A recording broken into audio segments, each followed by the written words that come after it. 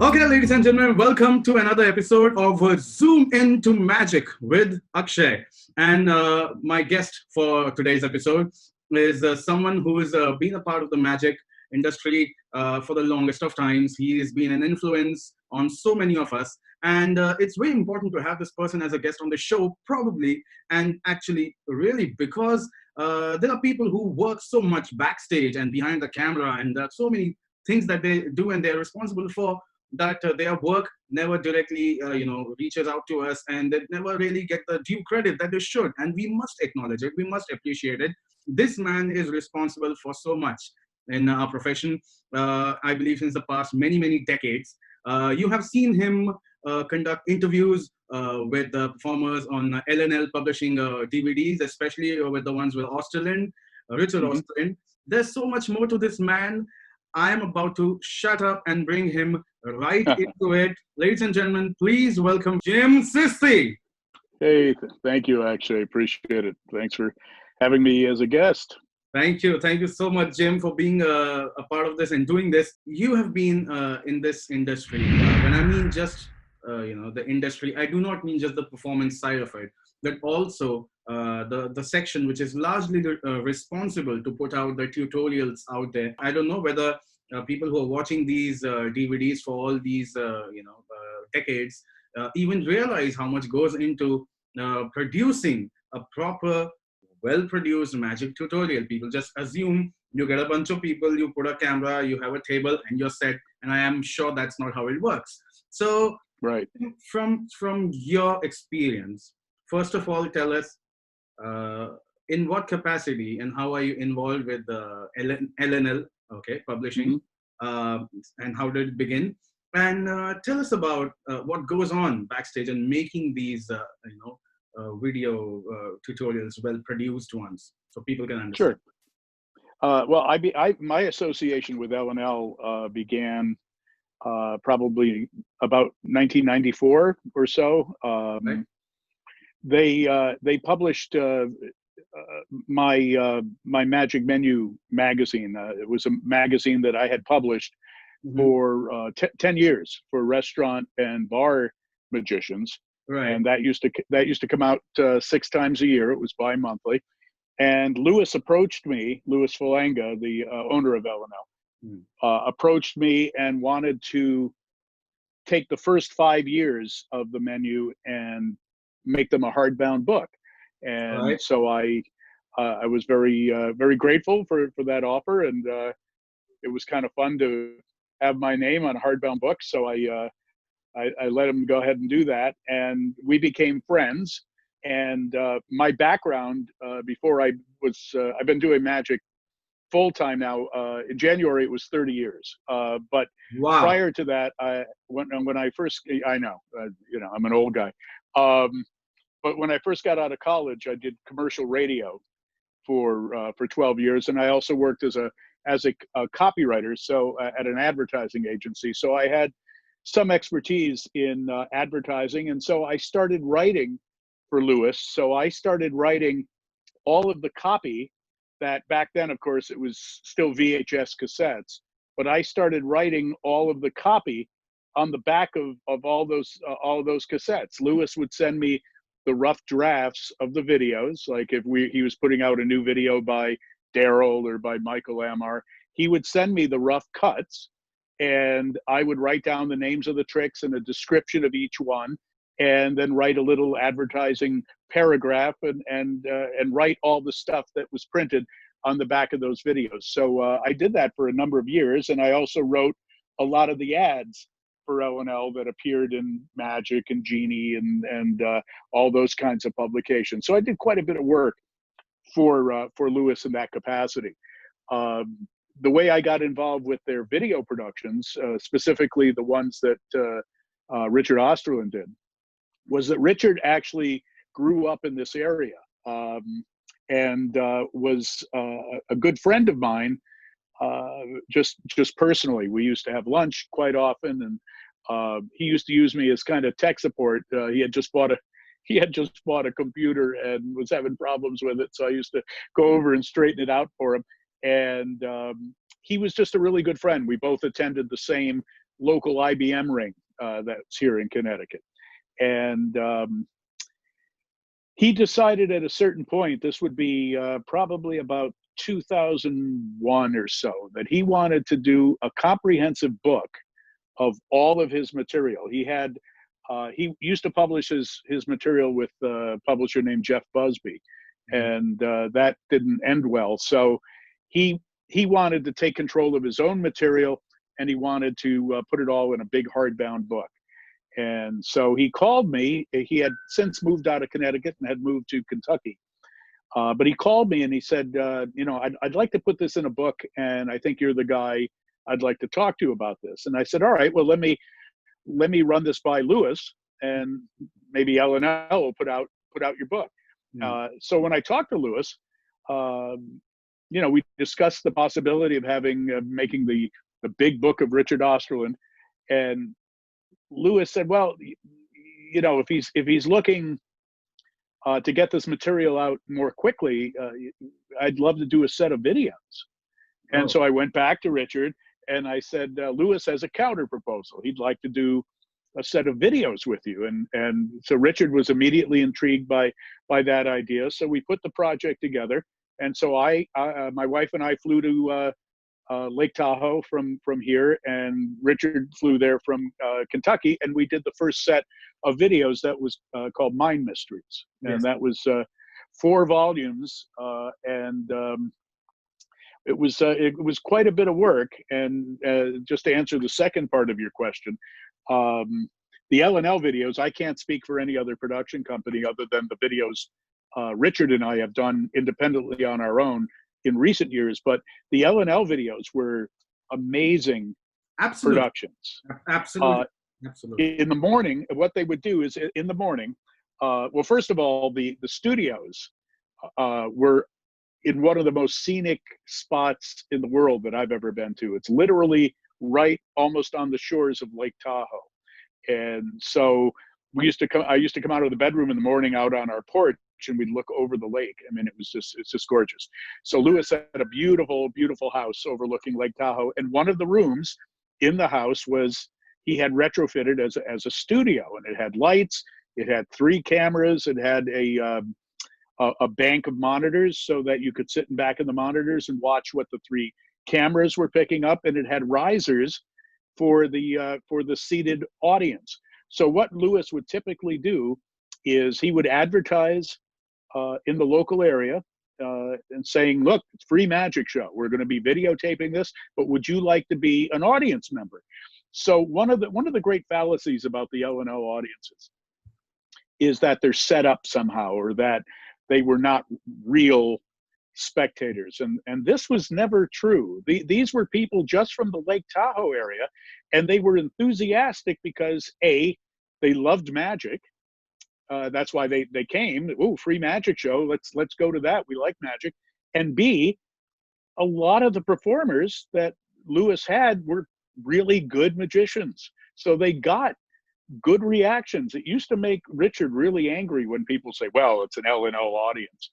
And Richard used to say, well, I get those kinds of reactions to my material from corporate audiences when I work for lay audiences in a corporate situation. So the audiences were not set up. They were just local people from the Lake Tahoe area. So they would come in and about 8 o'clock in the morning, and they were given a catered breakfast. Lewis hired a chef. They would all have breakfast, and a beautiful, sumptuous breakfast. And then they would all go into the studio and get seated and settled. And either Lewis or I would give a brief introduction about what they were going to see, who the performer was, and we would do a warm-up the same way you introduced me. We would introduce, either Lewis or I would introduce Richard and get them excited that they were going to see one of the world's great mentalists. And then Richard would just perform, and he would do, whatever material that we had earmarked for him to do. And we would usually do it in like 10 or 15-minute segments so that it could be edited later. But all of the reactions are exactly as you see them. There was never any retakes. we tried to avoid having to do something twice, because if you do something a second time, then you spoil the surprise. If somebody produces, in cups and balls, they do the final loads and something goes wrong, well, the audience isn't going to react the same way the second time. So you really have to try to avoid having to reshoot something, because you don't get that honest reaction. But we never really had that problem. Richard's pretty fast on his feet. So we would shoot all day.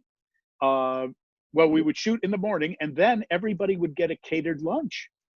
Then they would have lunch, and then about noon or 12:30 or so, and then 1:30, 2 o'clock, everybody would go back in the studio, and we would finish up. So we would do all the performances, typically on a Saturday. So then the seated audience would leave, and then Louis always had a nice dinner prepared for just the performer and the camera guys and all of the crew. So there'd probably be about maybe 8 of us that would have a nice dinner. And depending on what the energy level was, if Richard wasn't really tired, then we would do the explanations. We would start doing the explanations. Generally speaking, we'd knock off a few, because the more explanations we could get in the can on a Saturday night, then that was less we had to do on Sunday. But generally speaking, the typical 3 or 4 video set was usually done start to finish on a Saturday and a Sunday. So we do all the performances on a Saturday, and the explanations were usually split up between Saturday night, and we would shoot all day Sunday, get all the explanations done, and then we'd have a nice dinner on Sunday, and everybody would fly home on a Monday. So that's generally how these things went. But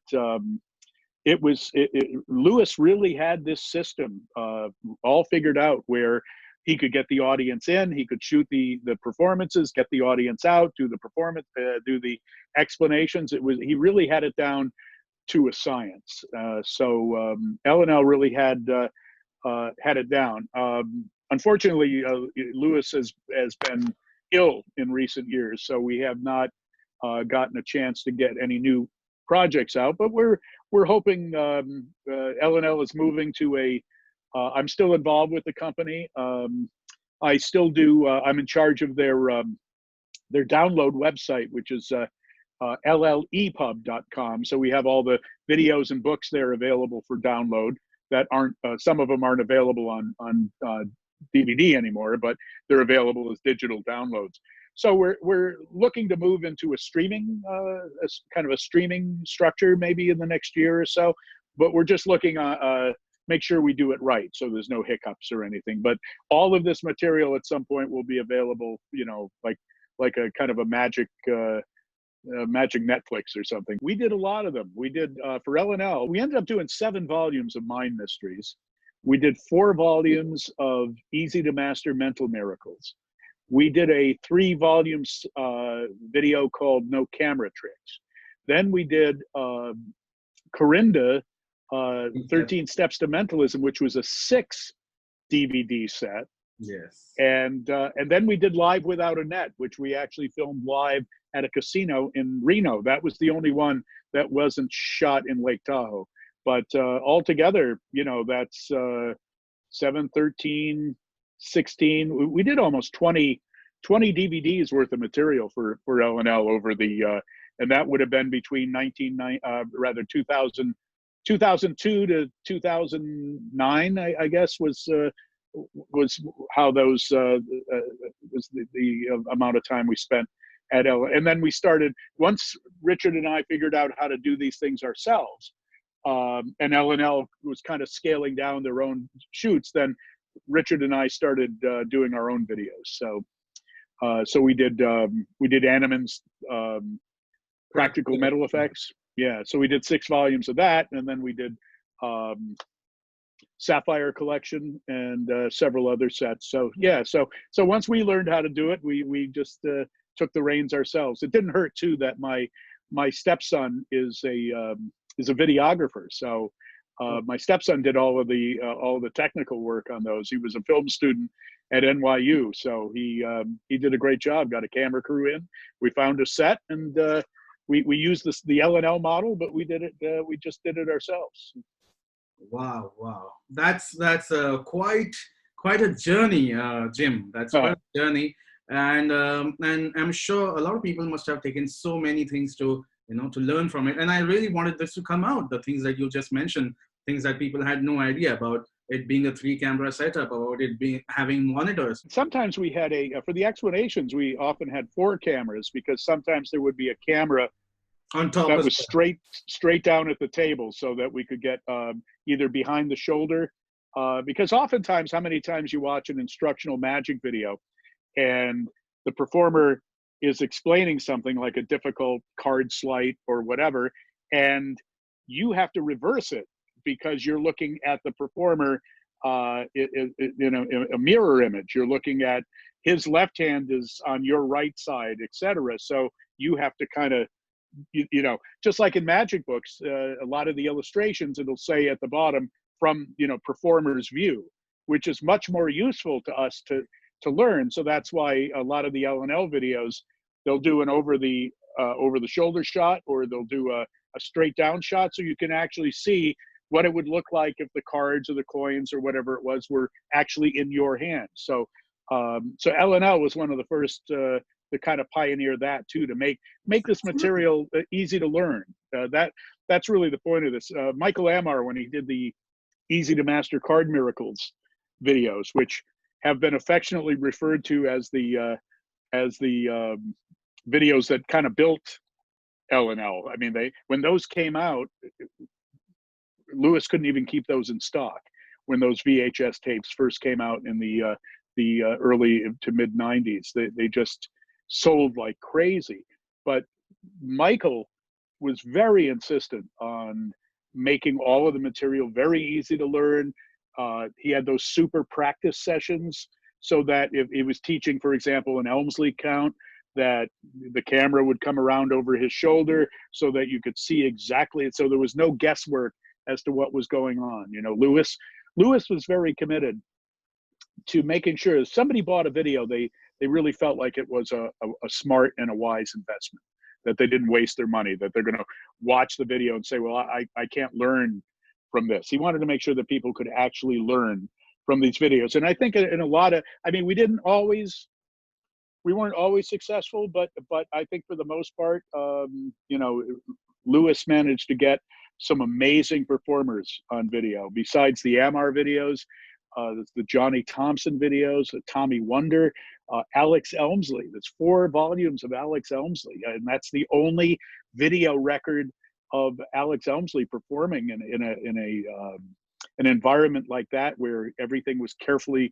recorded. And some of these are past masters. I mean, now a lot of these performers, Johnny is sadly gone now, and Elmsley's been gone for a number of years, but students of magic decades from now are going to be looking at these videos and referring to them, and they're going to be reference works. Daryl, who again we sadly lost, but his Encyclopedia of Card Sleights, which is an 8 DVD set, is really the best. I still recommend that. It's amazing. If you had a set of Card College, Roberto Joby's Card College books, and you had the Daryl DVDs, you wouldn't need any other books on card magic or any other reference works. Between those two, between the Joby books and Daryl's 8 DVDs, I think you would have everything you would ever need to know about card magic. So Lewis really did the magic world a huge service by. I mean, certainly it was a business and he made money. Nobody's going to quibble about that. But he put out, I think he put out a quality product. I think a lot of those L&L videos are going to live far beyond our lifetimes. Absolutely, absolutely. That's a lot of insight right there. Now I want to move on from this topic, and I want to get on to a different aspect, segment of your life. Sure. People aren't really that much aware of, but it's surely very interesting to look at. I really want to speak to you about your work as a voice-over artist. Yeah, we started doing some trailers for the L&L videos. Again, my background was in radio. Yeah. So I always had the perfect face for radio. Um, but anyway, but yeah, I started doing, the trailers for particularly the World's Greatest Magic series that L&L put out. That was you. Yeah. That's when Lewis had the idea of going back through all the videos and kind of curating uh, a lot of the work by subject. He'd have all the videos, all the tricks that are, all the cups and balls routines that were scattered across all the perform. So rather than by performer, it was by subject, and make them put them out at an affordable price point, and that was the idea. And so I did the voiceover work for all of those trailers. That's primarily been my work has been doing the voice for these video trailers, advertising videos. So it was a lot of fun. It goes back to the radio days. I always had fun doing commercial radio. It never paid very much, unfortunately, when I first got out of college, but it was fun doing it. And then so I went and bought myself my main computer is a Windows machine, but I have a Mac sitting over here on my desk as a second workspace, and that's what I use for video production and for voiceover production and stuff. But I still do a lot of that. I just did a trailer for the Beyond Magic book. Richard wanted to put out a little trailer, so I did the voiceover for that and the video work. And we just did a workshop. We called it the Advanced Mentalism Training Workshop, where we had about 20 students who came in for an entire day at a casino here in Connecticut. We had a beautiful meeting room there, and Richard taught hands-on all day. He only really taught 4 subjects. He taught intensive work on the nail writer, intensive work on the center tear, and he taught everybody how to do contact mind reading, and he also worked on cold reading. And but we did a trailer for that, so I just did the voiceover for that too. But if you go to my YouTube channel, you'll hear my voice more than any human being would ever expect to hear it. But yeah, that was always fun. So I still get a kick out of doing that kind of work. So here's a very, very relevant question, because Sure. I don't think anyone else can answer this question any better than you can. Okay. And again, this is a sequel to my previous question. So how important is it to have a voiceover in your promotional material? What is the difference that it really makes? Like, where is it without a voiceover? And where does it go with a voiceover and a good voiceover? So what's it? So are you talking about a promotional video, right? A promotional video, yeah. Like, yeah. Okay. When I just happened to see the Beyond Magic promo, Right. I could hear that's Jim's voice. And when we Okay. spoke over the phone, while keeping the phone, I was like, "This man sounds really good." So, how Yeah. Well, important? Yeah. It's always. I mean, think of it this way: like when I was writing copy, the hardest thing I have to do as a copywriter is I've always felt awkward about writing my own promotional video, my own promotional materials, like my own website, writing a brochure or whatever, because you just feel, at least, I don't know, some people don't have a problem with it, I guess, but I always felt like, you want to use superlatives, but I always felt awkward about saying, I don't know, if I had my druthers, I guess I would say, yeah, he's pretty good, but that's not the way you want to write promotional stuff. You want to talk about how great you are. So it's much easier to do that for somebody else. So likewise, it's much easier to hire somebody else to do it for you. So in a promotional video, some other voice that's saying, Akshay has astounded audiences throughout the world with his magic prowess, and now he can bring that same magical expertise right to your living room. That sounds a lot better if somebody else does it than if you say, yeah, you know what, I'll come to your house, I'll do a magic show. It doesn't sound the same way. When somebody else says it, and they do it well, it gives it credibility. It gives it an air of professionalism, I think. So yeah, I mean, I think it all comes down to, you know, you don't want to talk about yourself. It's much better if you can get somebody else to say it. That's why you use quotes as much as possible in a video. Like if you can get anybody to say, yeah, we saw the show and we were just knocked out by it. You know, you can use all those little insets in your promotional video, because again, it sounds better if somebody else is saying it than, you know, because anybody can say anything they want about themselves, but to get somebody else to say it about you, even if they're just reading copy that you wrote, it's still a better situation. So yeah. Yeah.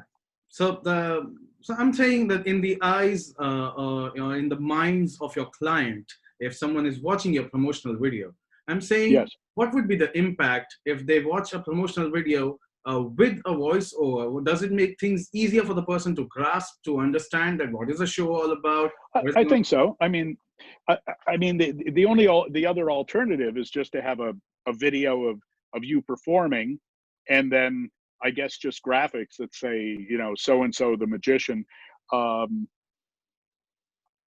People are used, I think, in our modern technological world, they're used to seeing something in 15 seconds, 30 seconds, and if you can't sell them in that amount of time, then you're probably not going to get their attention, because there are so many things in our world that compete for attention. I mean, just when I was talking, something was dinging on my computer over here to the right. You know, that's something that, and I'm sure it's something that's nonsense. But there's so many things in our daily world that you know, either we're getting messages on Facebook, we're getting emails, we're getting voicemails, where it's just it comes at us from all sides.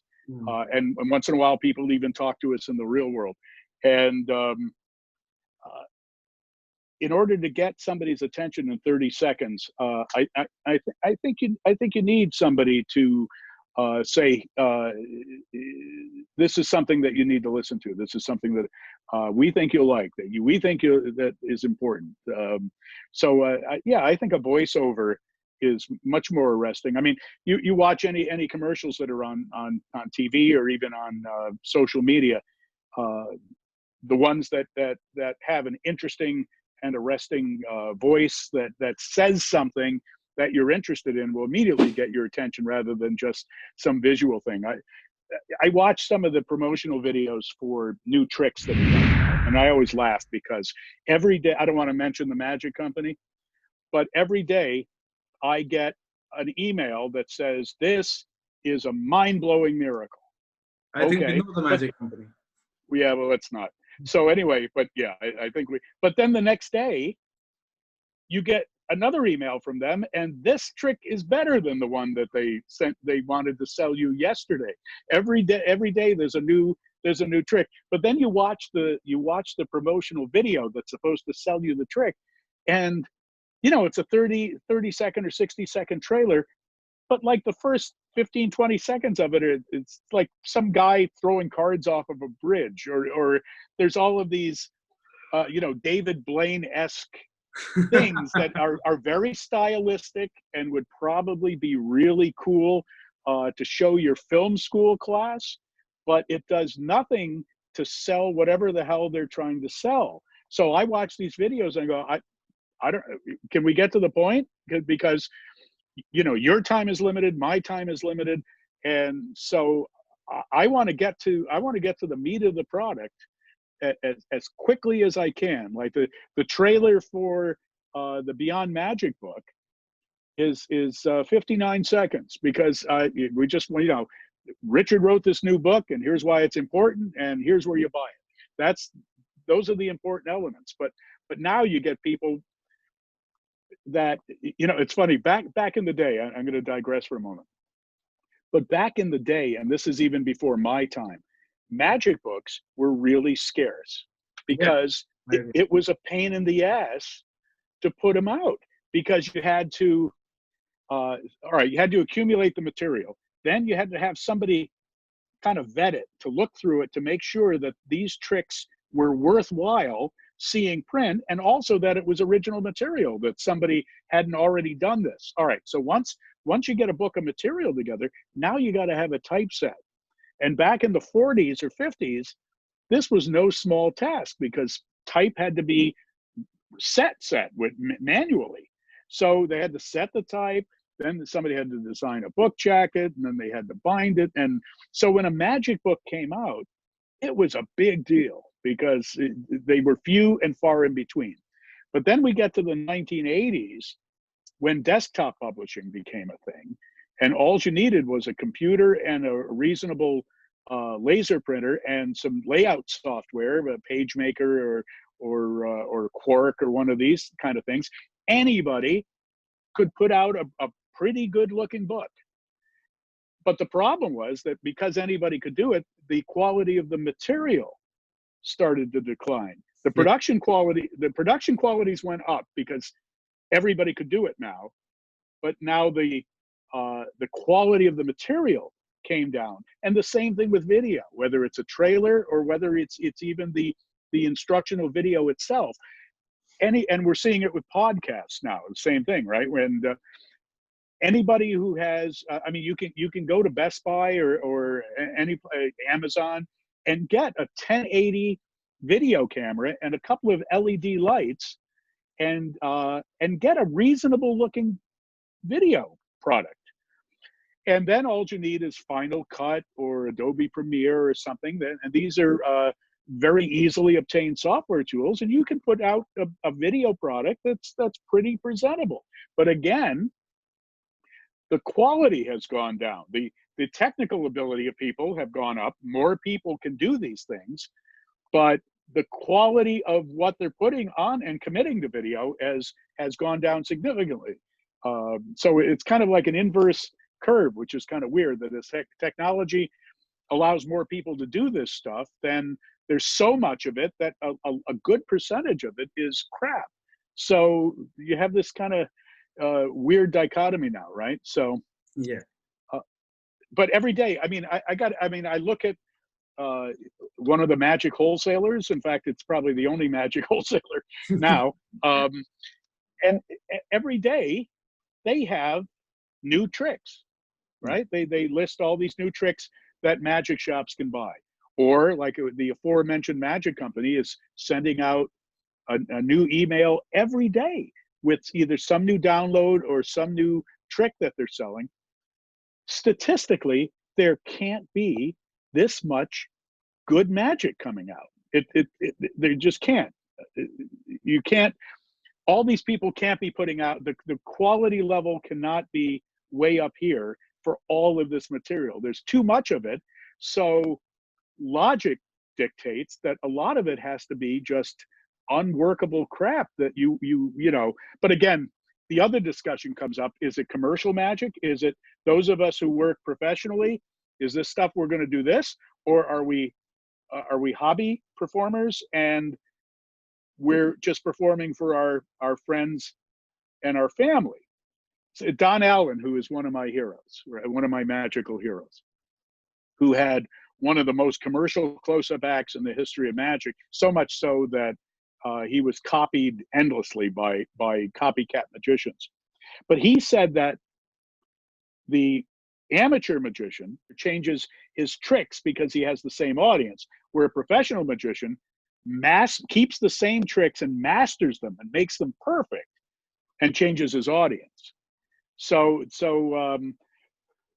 clearly these magic companies, they're squarely aimed at the amateur market who constantly need new tricks because they're always showing tricks to the same audience, to their friends and their family. So it's a different audience, and I don't begrudge that, but I think the distinction has to be made between professionals and amateurs and who a lot of this stuff is being aimed at. Right.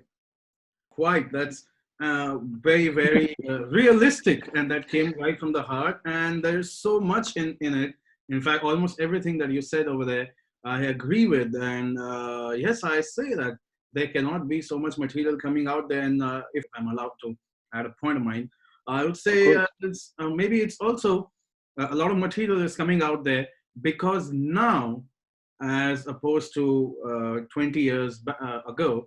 I think now selling magic or selling downloads has become a bigger business and a more easily accessible business.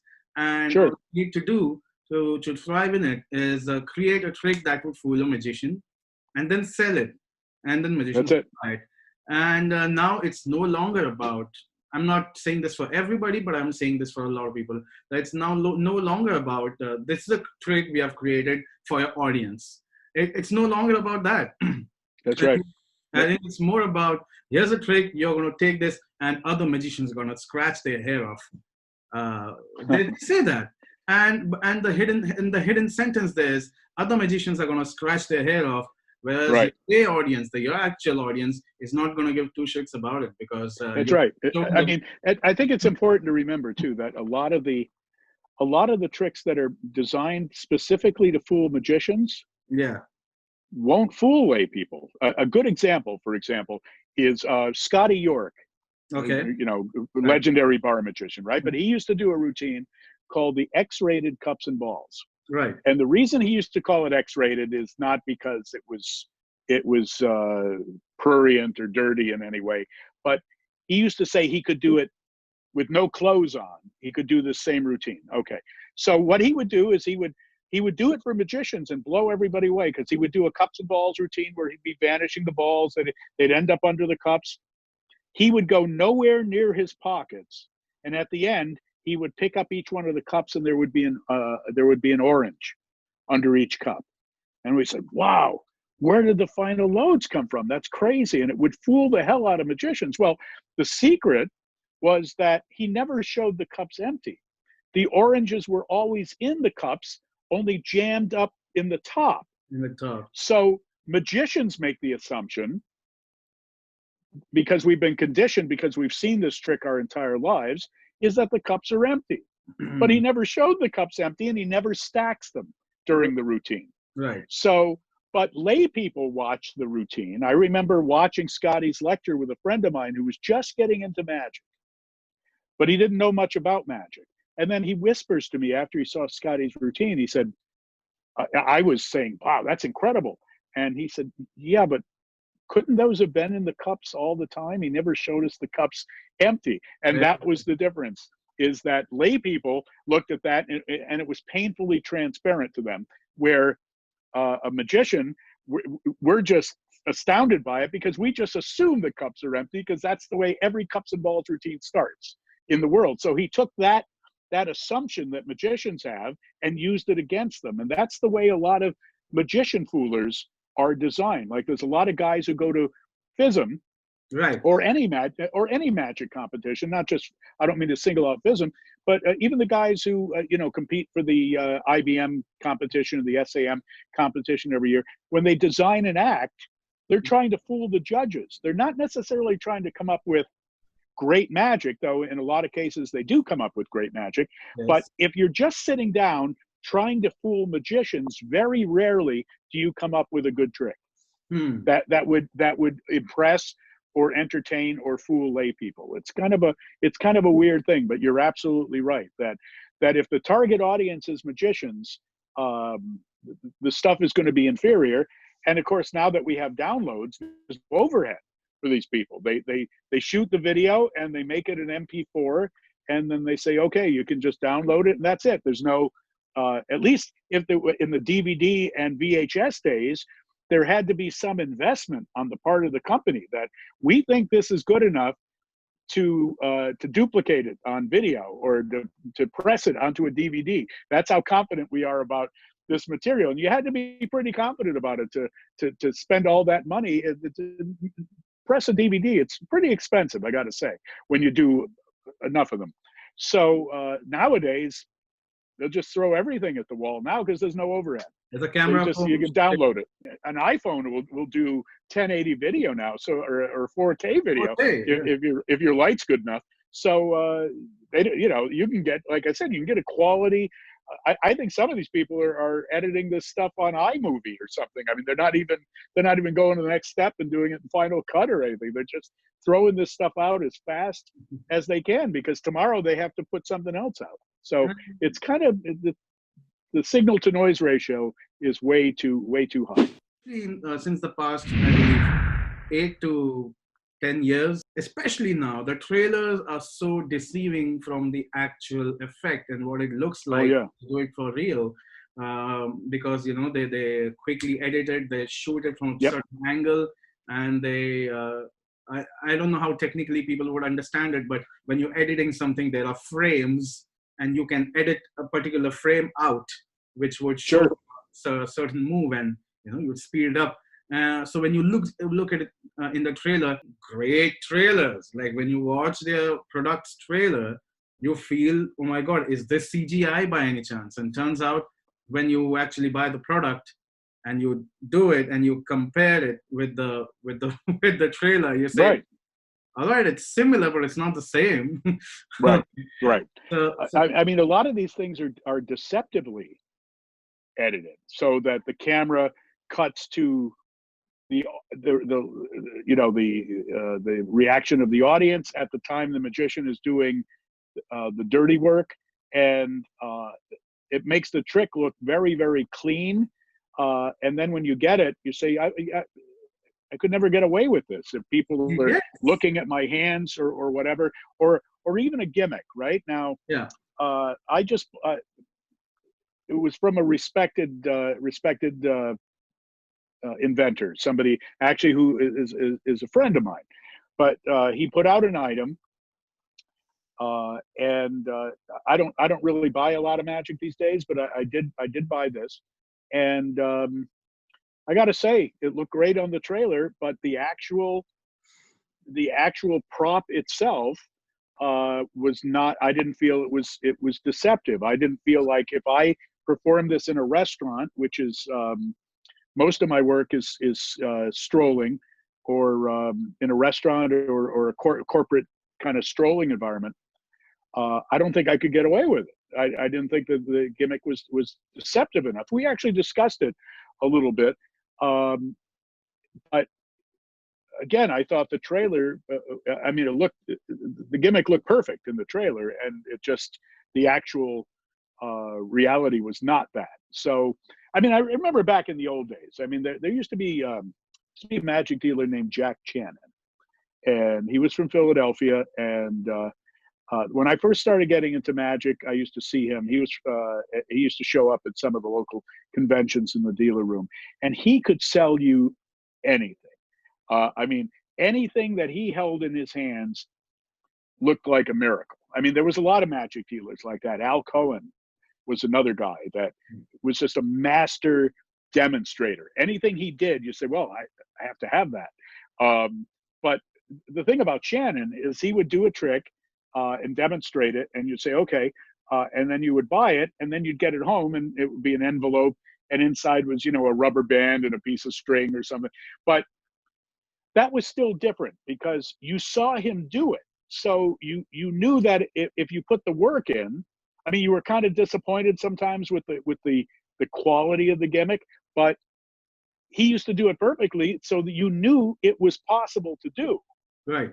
The difference now is that when these trailers are edited deceptively like this, it's not possible to do the trick that way. So it's basically, we're inching up to fraud at a certain level. That it's a fraudulent practice, Right. and it doesn't give magicians.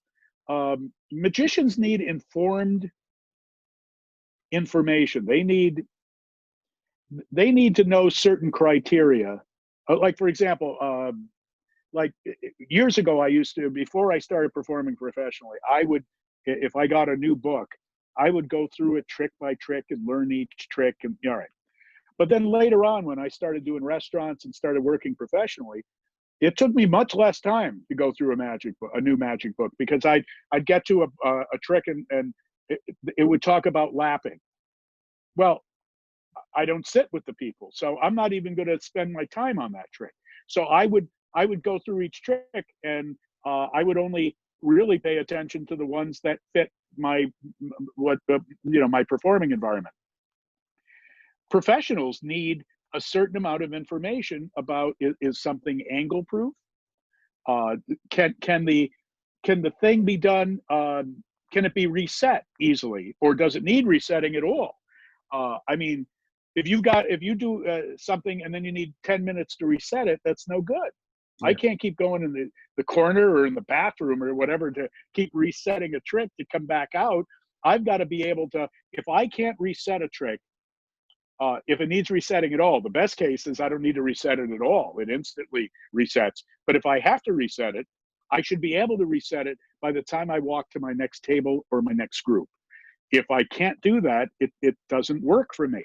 So that's the kind of information that magic companies need to be providing magic consumers with, particularly those who are working for real people or people who are aspiring to work for real people. That's the kind of information they need to provide, because otherwise you can't make an informed decision.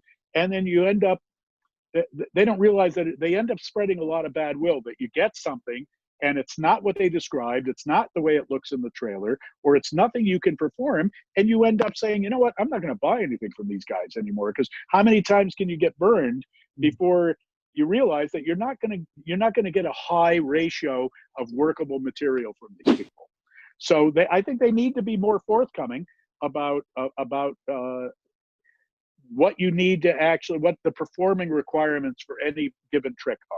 I mean, you need to know what you need to technically, what the technical requirements of the trick are. If something can't be done surrounded, I can't use it because I have people all around me. If I'm doing, say, a corporate thing where a cocktail party where people are all standing around and I'm just going from group to group, I'm going to have people in back of me. So if something looks like a miracle from the front, it could look terrible from the back. Let's take a great example. All right, now Tim Wenk is a good friend of mine, and I always thought that Misled was a great trick.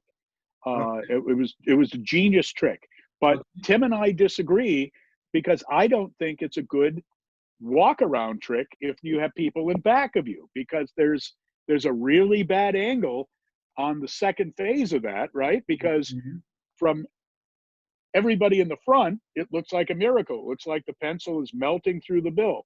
But anybody who's watching this over your shoulder and they have no idea what's going on, they're going to be wondering why some guy is hanging a pencil off the back of a dollar bill, because that's what it looks like from the back. And then now if you go to that group, they've already kind of seen the backstage view. So there are tricks you have to know. If I were going to give an honest assessment of this, for a commercial, you'd say, this is a great parlor trick, or it's a great trick to do with people in front of you. You kind of have to watch your angles a little bit. I mean, those are the kinds of I think there should be things like that in ads that tell you. One of the favorite games I used to play with magic ads. How many times have you seen an ad like in a magazine for a new trick, and it says no threads, no wires, no this, no that? No magic. You know what I mean? It lists a whole laundry list of things that aren't the method. So I used to go down there and I used to say, okay, what's the one thing that they didn't mention? Because that's probably the method. If they didn't say no rough and smooth, that's probably the method. Whatever they left out was probably the method. But but yeah, you're absolutely right that a lot of these, and I see that on a lot of the magic forums. I don't spend a lot of time on the Magic Cafe and places like that, but if we have a new product out, I do visit to see what they're saying about our stuff, and I will see people grousing about these things. Yet they keep going back and buying the stuff. But yeah, they won't stop that. Yeah, they won't stop that. They won't stop that. No, because it's kind of an addiction, I think, at a certain level, right? It's the FOMO, the fear of missing out. When people talk about this new trick, and you have to have it, where they probably have a room full of tricks they haven't mastered yet. Right. Absolutely, I agree with you. Okay, so two more questions, Jim. Sure. All right. Okay. And my second last question. This one is about partnership. It's about friendship. It's about association. In this day and age, you see a lot of. Let's just stick to magic. A lot of people start by doing maybe a two-person act, like a duo act where two magicians go together as a team. and you see them eventually split up. Or you see two people get into a business together, like partners, and then eventually you see them split up. Maybe friendship stays, business doesn't, business stays, friendship doesn't. Something or the other doesn't go right. What is the secret sauce for everlasting association and friendship and partnership between Jim Sisti and Richard Osler? How does it happen? Teach us about that. Enlighten us so Well, that we can. well, for Richard and I mean, we were lucky enough to be friends first. Right. So, so we respected each other's work Hmm. way before we had any kind of an association. In fact, because I do an adult stand-up show besides walk around. So a couple of times I actually opened Richard's show because Oh, we had the same booking agent for a while. So a couple of times we actually traveled together, and I opened the show for him, and I did like half-hour comedy magic, and then he came out and did his full evening mentalism show. So we were actually pretty good friends. And then he actually moved to Kentucky. He remarried and moved to where his new wife lives. So we kind of lost touch for a while. hmm. Then he got back in touch when he wanted to do this big book. And then we kind of rekindled our friendship, and then I got him to deal with L&L. And after we did that first set of Mind Mysteries, that's when he proposed that he says maybe we should start I want to just have a company that just handles my materials, and let's form a partnership. And so the first book we put out was The Very Modern Mind Reader. That was a little booklet just to kind of test the waters, and we sold a bunch of them, and then we started putting out some tricks, and then now here we are 18 years later, and we've put out scores of books and DVDs and tricks. But I think the secret is that we are both very respectful of each other and what we bring uniquely to our partnership.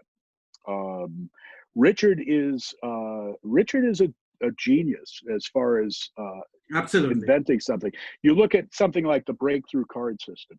Yeah. I mean, I could sit in a room for 100 years with a deck of cards and not figure out a way to stack those cards and have it look completely shuffled, and yet have a pretty easy to calculate stack, but have it look completely random like that. And not only that, but have it be a completely cyclical stack. So it didn't matter where you cut the deck, it still all went in a perfect circle, what they used to call a rosary stack. Hmm.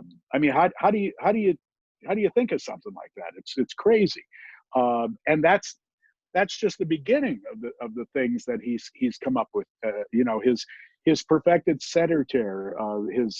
He actually started the whole concept of being able to, as he's tearing a billet, to be able to read the billet during the read. Al Baker Yeah. was the only guy who kind of pioneered the concept, but even then he would finish the rip, and then he needed to open the center subsequently.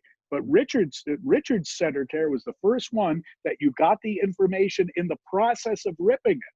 So Yeah. by the time you were done with the tear, you already had the information you needed, and that's genius. So there'll be times when we're sitting at dinner, at a restaurant, and Richard's looking at the salt shaker, and I'm saying to myself, he's trying to figure out a trick with that, or it's just the way his mind works, is that he even in my own work, if I have a particular problem, magically, if I'm trying to figure out an out for a mentalism routine, or trying to figure out some way to make something a little more magical, almost every time when I presented that difficulty to Richard, that he's given me a way to solve it that makes it 10 times better. So that's just his genius.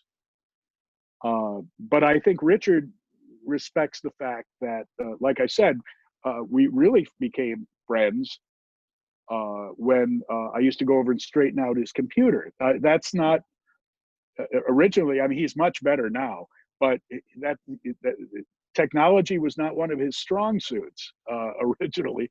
Um, so I was already doing desktop publishing. I was publishing the Magic Menu. I was doing it. So I've been very facile with computers and with technology. So, and I bring a certain, I think I bring a certain artistic aesthetic to the products that we put out. I design all the packaging, all the DVD covers, all the books. I do all the book layout. I do all that. So Richard doesn't have any idea how to do that, and a lot of people don't. I get that, but that happens to be my strong suit. So we both bring something unique to the partnership. So we're not fighting each other on the same things. In other words, if I was an inventor too, and we were fighting over what product comes out next or all that stuff, then I can see that would be a source of friction. Or if Richard was a designer also, then we would be constantly, I think, battling over the way the product should look or the way the copy should read. But I let Richard do his thing. He writes a book. He sends me a Word file, a Microsoft Word file, and then he's done, because he knows the rest of it is my problem. So then I turn that into a book. I design the book.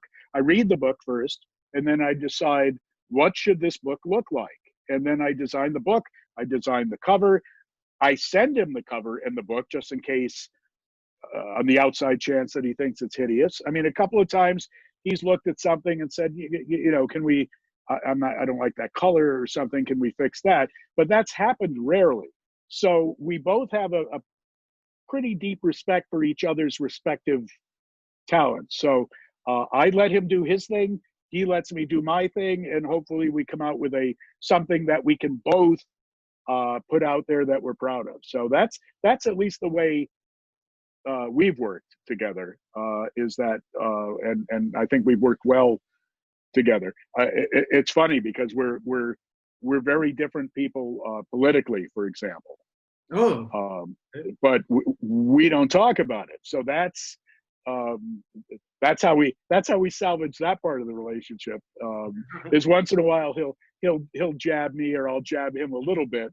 But we're both respectful of each other's worldviews enough to stay away from topics that could potentially be explosive like that. And it has nothing to do with our friendship, and it has nothing to do with our business. So we just stay away from that.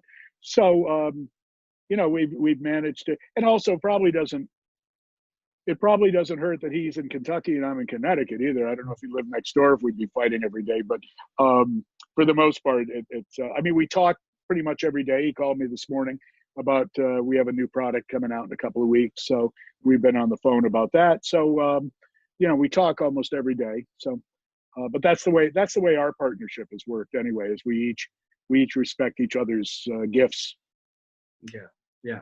Perfect. That's sweet. I hope everyone else who's watching this learns from that. And I believe the key point to take from what you just said is, if two people in a certain partnership, it's really important for both of them to bring something different to the table.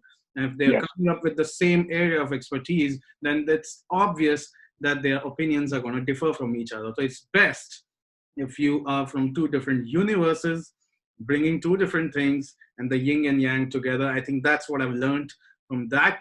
And one last question for you, Jim. Sure. All right. And Jim, this question is about the business side of magic. Okay. Okay. All right.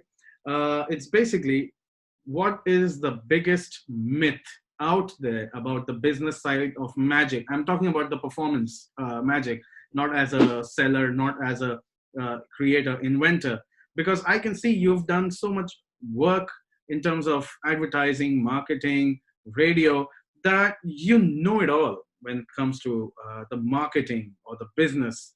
So what advice would you give to performers? And what is the biggest myth that you've come across, the most common myth that performers have about the subject? Well, I mean, I think one of the common misconceptions that people have about magic is that you can buy an act. That Wow. you can go to a magic shop and come out with a few tricks, and you have an act. And the unfortunate thing about that is that it's basically true to a certain extent. I have a lot of friends who are several friends who are stand-up comedians, Yes. and in the stand-up comedy world, I mean, you come out there, you walk out on stage, and there's a microphone. Maybe if you're lucky, there's a stool with a bottle of water on it, but that's it. And the rest of it is all about you as a person. That's it. That's Yeah. all you Yeah. have. Yeah. Yeah. Your observations about life, your perspectives, and hopefully it's funny. And that's it. And you either sink or swim depending on how well you can communicate that to an audience, and also how well you can get that audience to like you. Might have been David Devant, actually, from the UK, who said if they like you, they They will- like you. Yeah. They Yeah. will like your magic, right? Yeah. And most of the amateurs have that exactly backwards. Is that they're and that's again back to our discussion about magic companies, is that they're saying the reason you're not successful in magic is because you haven't bought this trick. This is the trick you need, and then it's all over. It's from then on you're going to be a master magician, but you're just missing this. And that's their advertising message, right?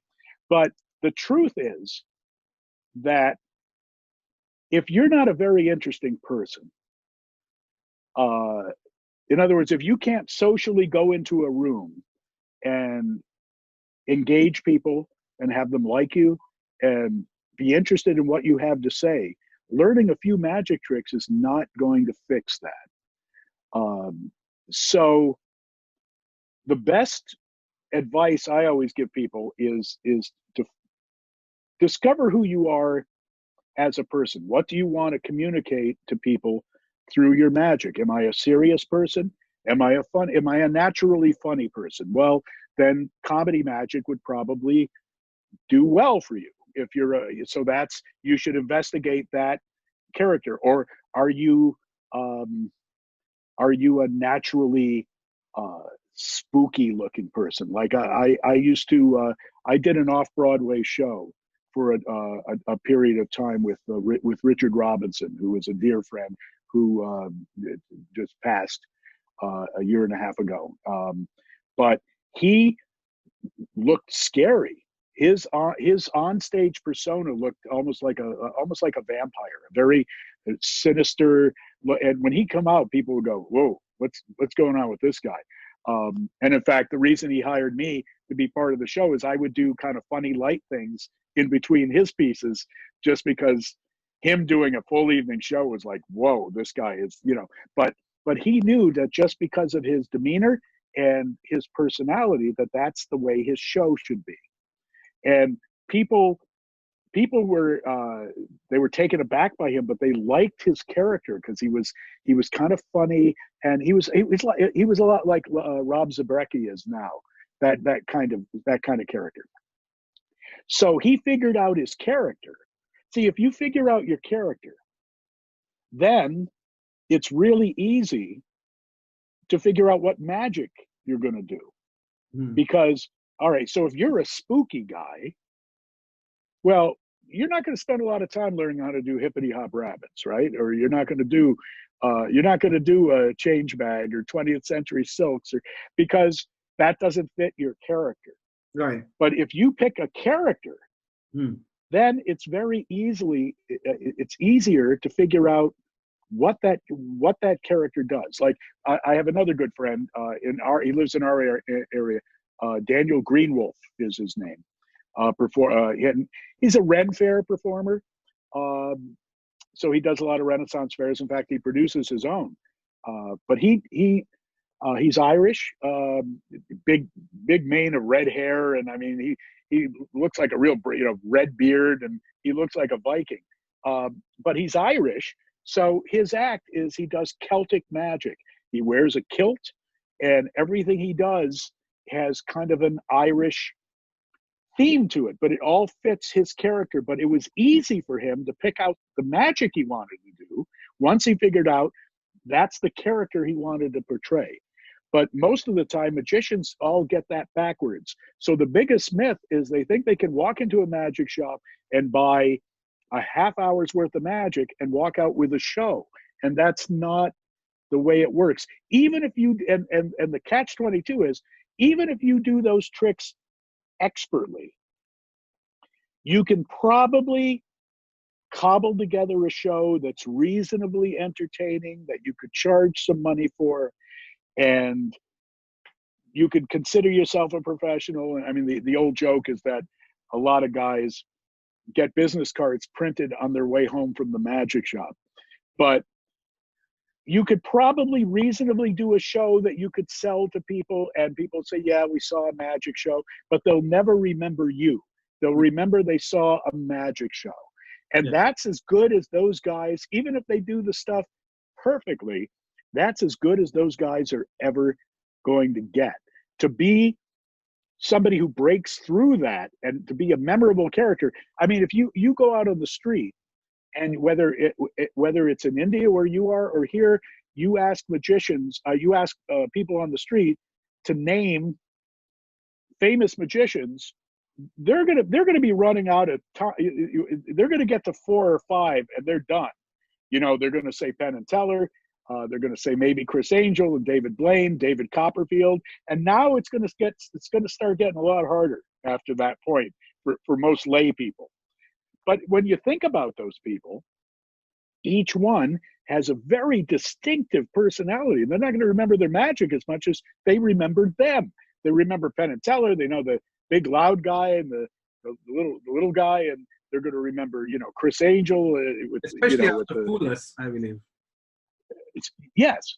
Oh, yes, of course, because of the TV show. But because they have such distinctive characters, the magic almost becomes secondary. The magic should just become a way for you to express your character and not the other way around. A lot of people do magic, unfortunately, because they have no character. So so they're just doing tricks, and they're basically just throwing magic at people. And you know, it's visually interesting, but it's like anything else. It's like watching a YouTube video and then you forget it. And you know, if that's all you want to do, that's fine. But again, the biggest myth about all this is that somehow you could buy your way into being a magician, and that's simply not true. Right. Thank you so much for doing this, Jim. It was my pleasure. Yeah, you have done a great service to the entire industry of magic today by sharing all your pearls of wisdom over here with all of us. And okay. I cannot thank you. That was my wife, by the way. Hello, is that Sandy? Yeah, it's Sandy. That's right. Yeah. Oh, you know Sandy. Yeah, I've seen you both do the Spirit Cabinet together in. Oh yes, of course. 2018. Yes. Yeah, that's what we do in the summers. Is we work at a amusement park every summer. This year we're a little worried about it, but anyway, because of the current climate going on, the park hasn't decided when they're opening. But we've done that for this would be our 18th year this year that we do this. 18th year. Yeah. So we're lucky enough to live about a half hour away from this place. It's a cute amusement park on a big lake, and they have a lot of rides and a water park, and they've always had a commitment. I remember seeing magic shows there when I was a kid, and I never thought that I would get to the point where I would be the guy doing the magic shows. But Sandy and I have been there for this would be our 18th summer, so we're there. We do 20 shows a week in the heart of the summer. We Mondays are the only days we don't work, but we do 20 shows on the spread among the other 6 days. So wow. Yeah, it keeps us busy. So fantastic. Thank you so much, Jim, for doing this. Thanks a lot. Oh, my pleasure, Akshay. Thanks for asking me. We'll do it again sometime. I'm Jim SISTI. Zoom into magic with Akshay.